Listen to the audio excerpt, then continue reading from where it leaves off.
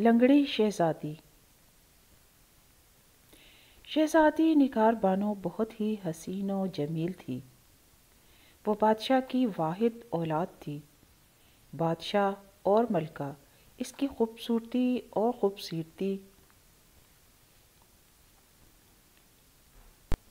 خوبصورتی کی بنا پر اس کو بے حد چاہتے تھے اور اس کی ہر خواہش پوری کر کے اسے دنیا کی ہر نعمت و آسائش دیتے تھے، مگر اس میں ایک جسمانی عیب بھی تھا۔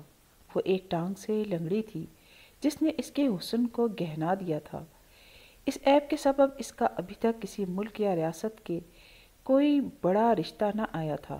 شہزادی نگار بانو بچپن سے لنگڑی نہ تھی، بلکہ اس کے ساتھ ایک عجیب و غریب واقعہ پیش آیا تھا جس کے بعد وہ معذور ہوئی۔ ہوا یوں کہ ایک روز شہزادی محل میں اپنی سہیلیوں کے ساتھ کھیل رہی تھی کہ جھاڑیوں میں ایک ناگن، جو اس وقت ایک چھوٹا سا بچہ تھی، باہر نکل آئی، جسے دیکھ کر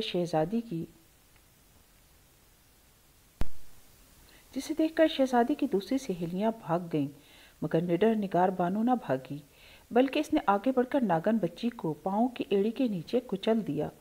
رات کو جب وہ سو کر صبح بیدار ہوئی تو اس کی وہی ٹانگ جس سے اس نے ناگن بچی کو کچلا تھا لنگڑی ہو گئی۔ بادشاہ نے اس کا ملک کے ہر قابل طبیب سے علاج کروایا، مگر شہزادی کی معذوری سے نجات نہ ہو سکی۔ وزیر ایک دن بادشاہ کے پاس آیا اور اسے خوشخبری دی کہ اب آپ کو شہزادی نگار بانو کی شادی کی فکر نہیں کرنی چاہیے۔ بادشاہ نے حیرت سے کہا، کیا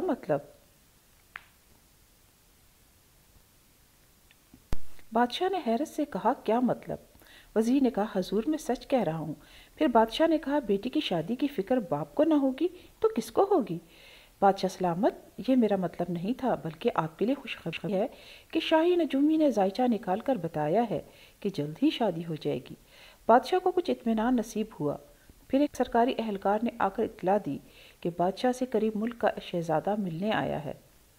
بادشاہ کو آئے روز کسی نہ کسی بادشاہ یا شہزادے سے ملاقات ہوتی ہی رہتی تھی۔ بادشاہ نے اسے محل میں لانے کا حکم دیا۔ شہزادہ پہلے پہل بادشاہ کے سامنے آ کر کورنش بجا لایا۔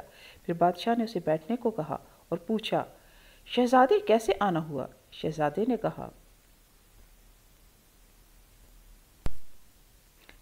نے کہا وہ شہزادی نگار بانو سے شادی کا خواہاں ہے۔ بادشاہ کو اس کی خواہش سن کر حیرت اور مسرت ہوئی۔ ابھی اس نے اپنا جملہ مکمل ہی کیا تھا کہ دروازے کے اندر سے دھواں محل میں داخل ہوا، اور پھر جب دھواں غائب ہوا تو ایک طاقتور اور بھیانک جن ظاہر ہوا۔ کچھ دربار میں موجود لوگ تو اس کی دہشت سے ہی بے ہوش ہو گئے۔ کئی وہاں کھڑے کھڑے تھر تھر کانپ رہے تھے، مگر بادشاہ اور شہزادہ اپنی جگہ پر موجود تھے۔ پھر جن نے ایک فلک شگاف کہکا لگایا اور گرجدار آواز میں بولا، یہ شہزادی ایک مجرم ہے، میں اس کی شادی کسی قیمت پر نہیں ہونے دوں گا۔ جن کو دیکھ کر ہی سب کی گھگی بندھی ہوئی تھی، اس لیے کسی کی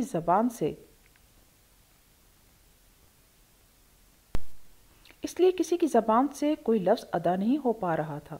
آخر شہزادہ نے ہمت کر کے سکوت توڑا اور بولا، یہ شہزادی تمہاری مجرم کیسے ہے؟ جن دوبارہ اونچی آواز سے بولا، میری بیٹی ناگن کے روپ میں محل میں شہزادی اور اس کی سہیلیوں کا کھیل دیکھ رہی تھی کہ اسے دیکھتے ہی تمام اس کی سہیلیاں بھاگ گئیں، مگر شہزادی نگار بانو نے آگے بڑھ کر میری بیٹی کو اس وقت ناگن بچی کے روپ میں تھی کچل ڈالا، اور میں اپنی اکلوتی اولاد سے ہمیشہ کے لیے محروم ہو گیا۔ مجھے جب پتہ چلا تو میں نے شہزادی کو لنگڑی کر دیا، لیکن میں اس سے شادی کا پختہ ارادہ کر چکا ہوں۔ شہزادہ بولا، اگر تم اپنی بات پر قائم ہو تو تمہیں مجھ سے مقابلہ کرنا